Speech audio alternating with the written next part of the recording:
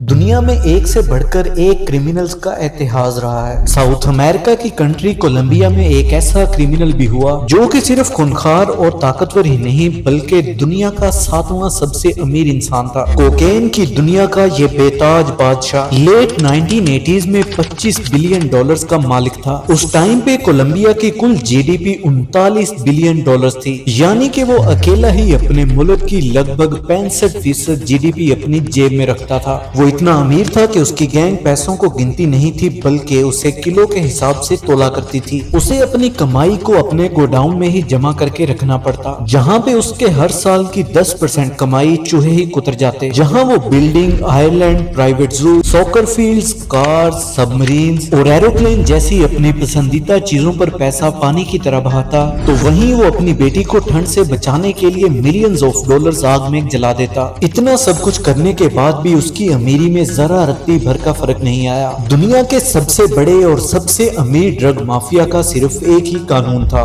پلاتا پلومو۔ پلاتا کا مطلب کہ میرے ساتھ مل جاؤ، میں تمہیں اتنا امیر کر دوں گا کہ تمہاری 7 پشتیں بیٹھ کر کھائیں گی، اور پلومو کا مطلب کہ اگر تم میرے خلاف گئے تو میں تمہیں تو کیا تمہارے پورے خاندان کو مٹی میں ملا دوں گا۔ اس کے اس خطرناک قانون کی وجہ سے پولیس ہو یا منسٹر، جرنلسٹ ہوں یا پھر ججز، سب اس کی جیب میں تھے۔ جو بھی اس کے خلاف گیا اس نے اس کو موت کی نیند سلا دیا۔ اپنے جرائم کی ہسٹری میں اس نے 4000 سے بھی زائد لوگوں کو موت کے گھاٹ اتار دیا، جس میں تو کل 600 سے زائد پولیس آفیسرز تھے۔ اس کا خوف اتنا تھا کہ بس اس کے نام سے لوگوں کی روح کانپ جاتی تھی، اور طاقتور اتنا کہ اس کے اشارے سے اس کے ملک کی حکومت بدل جاتی۔ وہ اریسٹ بھی ہوا تو اس شرط پر کہ جیل بھی اس کی بنائی ہوئی ہوگی، اور یہاں تک کہ جیل کے گارڈز بھی اسی کے ہوں گے۔ ایسے کئی دلچسپ پہلوؤں کو سمیٹے ہوئے یہ کہانی ہے دنیا کے سب سے امیر اور سب سے بڑے ڈرگ لارڈ پیبلو ایسکوبار کی، جس نے کرائم کی دنیا میں ایسا ڈنکا بجایا کہ اس کے مرنے کے 20 سے زیادہ سال بعد بھی اس کے جیسا کوئی دوسرا نہیں ہو سکا۔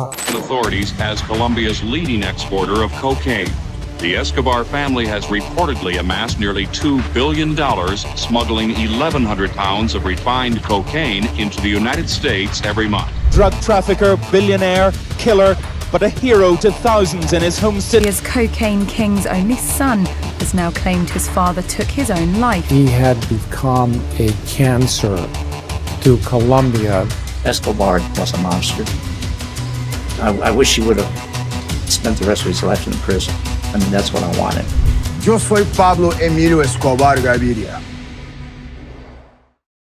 پیبلو ایملیو ایسکوبار گیویریا کی پیدائش 1 دسمبر سال 1949 میں کولمبیا کے شہر ریو نیگرو میں ہوئی۔ وہ اپنے ماں باپ کے 7 بچوں میں سے تیسرے نمبر پر تھا۔ اس کے باپ ایک فارمر تھے اور ماں ایک سکول ٹیچر تھی۔ اس کی پیدائش کے کچھ عرصہ بعد ہی اس کی فیملی میڈلین شہر شفٹ ہو گئی، جہاں پہ پیبلو پلا بڑھا اور وہیں کے سکول سے اس نے اپنی شروعاتی پڑھائی کی۔ یوں تو شروعات میں وہ لائر اور پولیٹکس میں وہ آگے جا کر صدر بننے کے سپنے دیکھا تھا، لیکن بڑھتی عمر کے ساتھ اس کا نظریہ اور انٹرسٹ بدلنے لگا۔ اس کو سمجھ آ گیا تھا کہ دنیا میں سب سے بڑا طاقتور وہی ہے جس کے پاس پیسہ ہے، اور اگر پیسہ ہو تو کیا لائرز، کیا پولیٹیشین، سب کو جیب میں رکھا جا سکتا ہے۔ پیسے کی اہمیت تب اسے اور بھی زیادہ سمجھ میں آئی جب گھر کی فائنینشیل خراب کنڈیشن کی وجہ سے اسے اپنی پڑھائی بیچ میں ہی چھوڑنی پڑی۔ پڑھائی چھوڑنے کے بعد اس نے ٹھان لیا کہ اسے جلدی سے بہت سارا پیسہ کمانا ہے، پھر چاہے اس کے لیے اسے کسی بھی راستے پر جانا پڑے۔ اس نے خود سے وعدہ کیا کہ اگر 25 سال کی عمر تک اس نے 1 ملین پیسوز نہیں کمائے تو وہ خودکشی کر لے گا۔ اس طرح جنون کی حد تک جلد سے جلد امیر بننے کی اس خواہش نے اسے کرائم کی دنیا میں دھکیل دیا۔ وہ اپنے کزن گستاوو گویریا کے ساتھ مل کر طرح طرح کے اللیگل کام کرنے لگا، جن میں فرضی ڈگری بیچنا، ساؤنڈ اکوپمنٹس کی سمگلنگ کرنا اور ٹوم سٹونز کو چوری کرنا شامل تھا۔ لیکن آخر اتنی چھوٹی چھوٹی چوریوں سے وہ کتنا ہی امیر بن پاتا، اس لیے اس نے بڑا قدم اٹھاتے ہوئے 20 سال سے بھی کم عمر میں اس نے کار چوری کرنا اور امیر لوگوں کو کڈنیپ کرنا شروع کر دیا۔ جہاں وہ کار کو چوری کر کے اس کے پارٹس کو بیچ کر خوب پیسہ کماتا، وہیں دوسری طرف وہ امیر لوگوں کی رہائی کے لیے اچھی خاصی رینسم مانگتا، اور اگر وکٹم کی فیملی پیسہ دینے سے انکار کرتی تو وہ اسے بے رحمی سے مار دیتا۔ کئی موقع پر تو بس اس نے اپنا روب جمانے کے لیے رینسم ملنے کے باوجود بھی وکٹمز کو مار دیا۔ ایسا ہی ایک واقعہ ہوا جب 1971 میں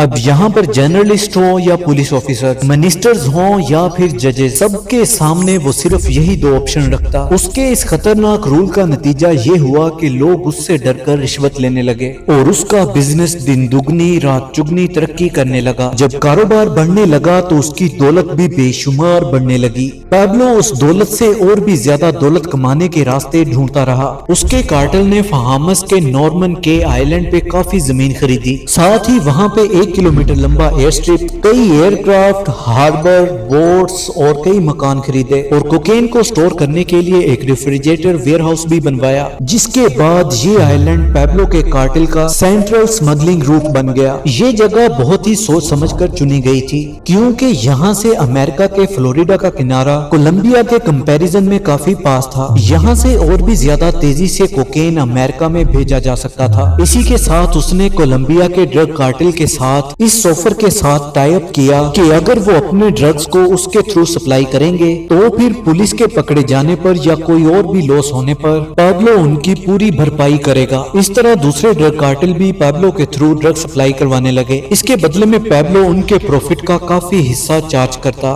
پیبلو کی اسٹریٹجی کام کر رہی تھی، پلک جھپکتے ہی وہ انٹرنیشنل ڈرگ ٹریڈ کا بڑا میجر پلیئر بن چکا تھا، جہاں پہ امریکہ میں 80% سے بھی زیادہ کوکین اس کی طرف سے ایکسپورٹ کیا جا رہا تھا۔ وہیں وہ امریکہ کے علاوہ Mexico, Puerto Rico, Dominic republic, Venezuela اور اسپین کے کوکین ٹریڈ کا لارجسٹ پورشن کیپچر کر چکا تھا۔ خطرناک ایکسپینشن کا ریزلٹ یہ ہوا وہ ہر ہفتے کوکین سے $400 ملین کمانے لگا، جس کی وجہ سے اسے پوری دنیا میں دا کنگ آف کوکین کہا جانے لگا۔ اب یہاں تک تو پیبلو کی قسمت کے ستارے بلندی پر تھے، وہ اپنے خوابوں کی زندگی جی رہا تھا۔ اس کے پاس پیسہ اتنا ہو چکا تھا کہ پیسوں کو باندھنے کے لیے ہر مہینے $2,500 کے ربر بینڈ خریدنے پڑتے، گننے میں کئی دن لگ جاتے، تو اسی لیے تول کر ان کا حساب رکھا جاتا اور پھر ان پیسوں کو گوڈاؤن میں بھر دیا جاتا۔ ہر سال $2 بلین چوہے کتر جاتے یا پھر گل سڑ جاتے۔ کمائی بے تحاشا تھی تو پابلو کے خرچے بھی کچھ کم نہیں تھے۔ وہ کئی پرائیویٹ پلینز، ہیلی کاپٹرز، کارز، بلڈنگز اور بنگلوز کا مالک بن چکا تھا۔ اس نے سب سے زیادہ خرچہ میڈلین میں ہی ایک گھر بنانے پر کیا، جسے اس نے ہیسیندا نیپولس کا نام دیا۔ اس نے یہ گھر 7,000 ایکڑ میں بنوایا، جس کی زمین ہی صرف $63 ملین کی تھی۔ اس گھر میں اس نے اپنے پرسنل ایئرپورٹس اور ہیلی پیڈز بنوائے، ساتھ ہی اس نے کئی artificial leaks, 6 swimming pool, soccer field, dinosaur statue, بل فائٹنگ ارینا اور ٹینس کورٹ سمیت ایک پرسنل زو بھی بنایا۔ پیبلو کے اس زو میں ایلیفینٹس، رائنو، لائنز، زیبراز، ہپوز، کیملز اور آسٹرچز سمیت 200 طرح کے جانور تھے، جن میں سے زیادہ تر تو کولمبیا کے اندر پائے بھی نہیں جاتے تھے۔ اس لیے اس نے دوسرے کئی ممالک سے اپنے پلینز کے ذریعے سمگلنگ کروایا تھا۔ پیسے کی وجہ سے دنیا پیبلو کی مٹھی میں تھی، وہ جو بھی چاہتا اسے ایک اشارے میں مل جاتا۔ اس نے تب تک اتنی دولت کما لی تھی کہ اس کی آنے والی کئی نسلیں اگر کوئی بھی کام نہ کرتی تو بھی ان کا گزارا اس کے کمائے ہوئے پیسوں سے ہو جاتا۔ لیکن دولت اور طاقت کا ایسا نشہ اس کے سر چڑھ چکا تھا کہ اتنا سب بھی اس سے بہت کم لگتا تھا۔ اس نے اور بھی زیادہ طاقتور بننے کے لیے اپنے بچپن کے سپنے کو پورا کرنے کے لیے پولیٹکس جوائن کیا۔ اس کی اسٹریٹجی یہ تھی کہ اگر وہ بڑا پولیٹیشین بن جاتا ہے تو وہ زندگی بھر قانون سے بچا رہے گا۔ اسی مقصد کے ساتھ اس نے ویلفیئر کے کام کرنا شروع کر دیے۔ اس نے غریبوں کے لیے مکان، ہاسپٹل، چرچز اور سٹیڈیمز بنوائے۔ اسی وجہ سے پبلک اسے پسند کرنے لگی اور اسے روبن ہوڈ کا نام دینے لگی۔ اب لوگوں کی نظروں میں وہ روبن ہوڈ تھا۔ بڑھتی ہوئی پاپولیرٹی کے ساتھ پیبلو ایسکوبار نے کولمبین پارلیمنٹ سیٹ کے لیے کیمپین شروع کیا اور کچھ ہی وقت بعد نومبر 1982 میں اسے جائرا اوٹیاگو سبسٹیٹیوٹ کے لیے چن لیا گیا۔ پیبلو اب کولمبین پارلیمنٹ کا ممبر بن چکا تھا۔ دنیا حیران تھی کہ ملک کا سب سے بڑا کرمنل پارلیمنٹ میں بیٹھا ہے، اور حد تو تب ہو گئی جب اسے اسپین میں گورنمنٹ کی طرف سے آفیشیل ریپرزینٹیٹیو بنا کر بھیجا گیا، اور اتنی بڑی بات کسی کے لیے بھی ہضم کرنا مشکل تھا کیونکہ اسپین میں سب سے زیادہ ڈرگ سمگلنگ کرنے والا پیبلو ایسکوبار ہی تھا۔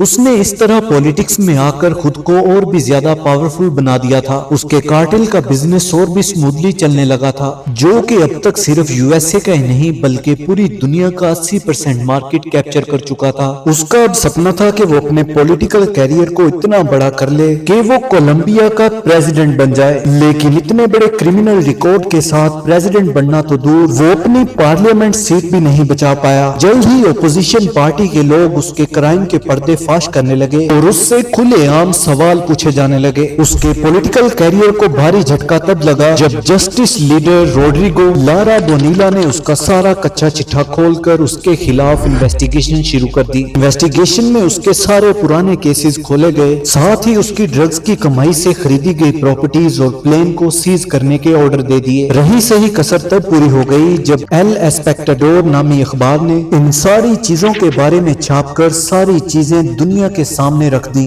ویسے تو ہر کوئی اس کے بزنس سے واقف تھا، لیکن اس کے ڈر، طاقت اور رشوت کی وجہ سے سب لوگ جان کر بھی انجان بنے رہتے تھے۔ لیکن ملک میں بڑے اقتدار پر ہونے کی وجہ سے آخر اس کے کاموں کو کب تک نظر انداز کیا جا سکتا تھا؟ پولیٹکس کے لالچ میں کہیں وہ دولت بھی نہ گوا بیٹھے، اس لیے پیبلو ایسکوبار نے 1984 میں اپنی سیٹ سے ریزائن کر کے پولیٹکس سے ریٹائرمنٹ لے لیا، لیکن اپنے بدلے کی آگ میں اس نے جسٹس لیڈر روڈریگو لارا بونیلا اور ایل اسپیکٹاڈور کے نیوز ایڈیٹر کو بے رحمی سے مار ڈالا۔ پیبلو ایسکوبار کے کرائم اب کولمبین گورنمنٹ کو کافی پریشان کرنے لگے تھے، اس لیے اس کے خلاف اریسٹ وارنٹ جاری کر دیا گیا، جس سے اسے چھپ کر رہنے پہ مجبور ہونا پڑا۔ گورنمنٹ کو ڈرگز کے خلاف سختی نہ برتنے کے لیے بہت بدنامی سہنی پڑ رہی تھی، اس لیے کولمبین گورنمنٹ نے یو ایس اے کے ساتھ ایکسٹریڈیشن ایگریمنٹ بھی سائن کیا، جس کے تحت پیبلو ایسکوبار جیسے ڈرگ ٹریفکر کو پکڑ کر امریکہ کے حوالے کر دینا تھا۔ کیونکہ پیبلو امریکہ میں 80% ڈرگ اسمگل کرنے کے لیے ذمہ دار تھا، اس لیے امریکہ اسے پکڑ کر اپنی جیل میں قید رکھنا چاہتا تھا، اور وہیں پیبلو امریکہ سے ہی پکڑے جانے کا خوف کھاتا تھا۔ اسے پتا تھا کہ وہ کولمبیا میں جب چاہے آزاد ہو سکتا ہے، لیکن اگر ایک بار بھی وہ امریکہ کے ہاتھ آ گیا تو وہ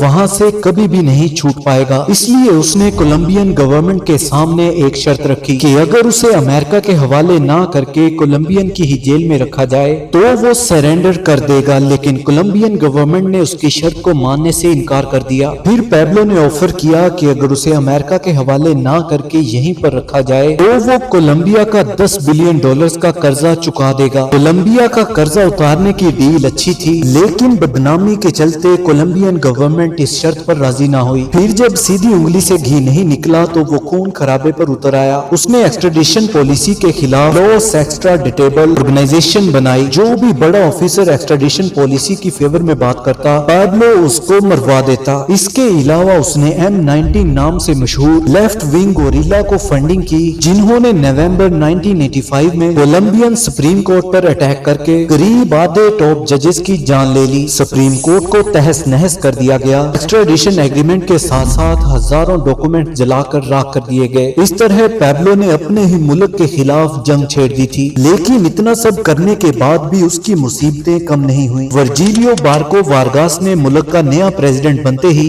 پھر سے یو ایس اے کے ساتھ ایکسٹریڈیشن ٹریٹی سائن کر دی۔ پھر وہیں یو ایس ایجنسیز کی مدد سے کولمبین فورسز اس کے ٹھکانوں پر ریڈ کر کے اس کے کوکین سٹوریج کو ضبط کرنے لگے۔ اس کو ہر طرف سے گھرتا دیکھ کر اس کے ارائیول کالی کارٹیل نے بھی اسے ٹارگٹ کرنا شروع کر دیا۔ اس طرح پیبلو کے پیچھے کولمبین گورنمنٹ، امریکن گورنمنٹ اور اب کالی کارٹیل بھی تھا، جس نے نہ صرف پیبلو کے کئی ممبرز کو مار گرایا بلکہ اس کی بیوی بچوں کو نشانہ بناتے ہوئے اس کی بلڈنگ کے جسٹ سامنے 70 کلو کا ڈائنامائٹ ایکسپلوڈ کر دیا۔ پیبلو نے بدلے میں کالی کارٹل کے کئی ممبرز کو موت کے گھاٹ اتار دیا، اور پھر پیبلو ایسکوبار نے کالی کارٹل کے اونر کے درجنوں پراپرٹیز کو ایکسپلوڈ کر کے مٹی میں ملا دیا۔ دونوں طرف سے ہوتے اس نقصان کو دیکھ کر یہ کارٹل وار تو رک گئی، لیکن ابھی بھی امریکہ کے نام کی تلوار اس کے سر پر منڈلا رہی تھی۔ وقت گزرتا گیا، لیکن نہ تو ایکسٹریڈیشن ایگریمنٹ ریجیکٹ ہوا اور نہ ہی پیبلو کی تباہی رکی، اور اسی طرح سال 1989 آ گیا۔ یہ سال دنیا کے لیے چونکا دینے والے نمبرز لے کر آیا تھا، جہاں ایک نمبر پابلو ایسکوبار کی نیٹ ورتھ کا تھا جو کہ قریب $25 بلین تھی۔ اس حساب سے وہ دنیا کا 7واں سب سے امیر انسان تھا، اور وہیں ایک نمبر پابلو کی طرف سے کیے جانے والے مرڈرز کا تھا، جس کا اصل میں کوئی بھی ایکوریٹ نمبر نہیں تھا۔ سب کو اتنا پتا تھا کہ وہ نہ صرف اپنی امیری کی اونچائی پر ہے بلکہ اپنے خونی کھیل میں بھی پیک پر پہنچ چکا ہے۔ اس سال اس کے کارٹل نے بوگوٹا، میڈلین، کالی، بکارامانگا، کارٹجینا، بیرنکویلا اور پریرا جیسے شہروں میں 100 سے بھی زیادہ بم بلاسٹ کیے، جس میں سینکڑوں لوگ مارے گئے۔ کسی کی بھی جان لینا